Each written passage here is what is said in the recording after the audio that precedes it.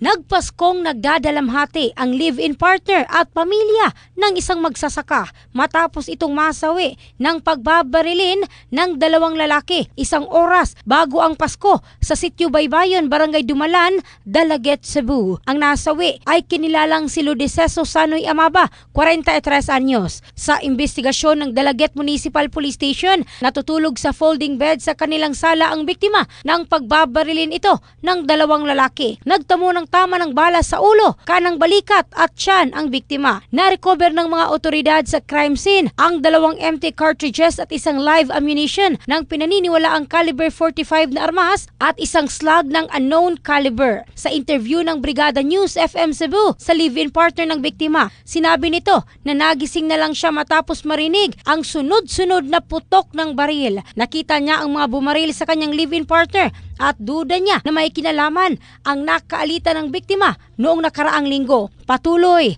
ang investigasyon ng kapulisan. In the heart of changing lives, ito si Michelle Craste ng Brigada News Philippines, the Music and News Authority.